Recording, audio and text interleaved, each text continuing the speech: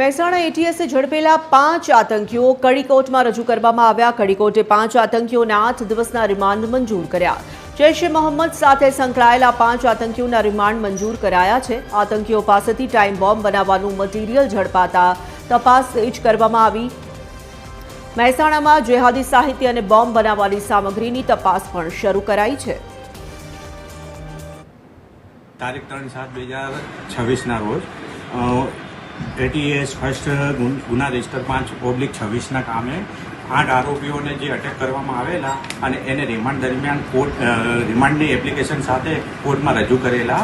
જે 8 આરોપીઓને રિમાન્ડ મળતા અને એ દરમિયાન તેઓની પૂછપરછ કરતા એટીએસને વધુ 5 સંદિગ્ધો જે લોકો આતંકી સંગઠન સાથે એ લોકોનો સંપર્ક ધરાવતા હતા એવા 5 આરોપીઓને પકડેલા, જે શેખપુર મુકામેથી એમના ઘરેથી અરેસ્ટ કરવામાં આવેલા છે।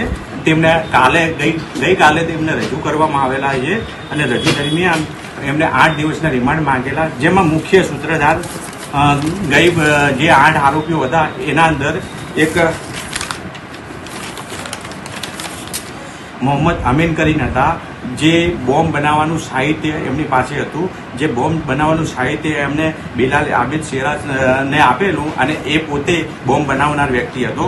એમને બોમ્બ બનાવી અને એના માટે એમને પ્રયત્ન કરેલો ફોડવાનો, પણ એ સફળ રહ્યો નહીં।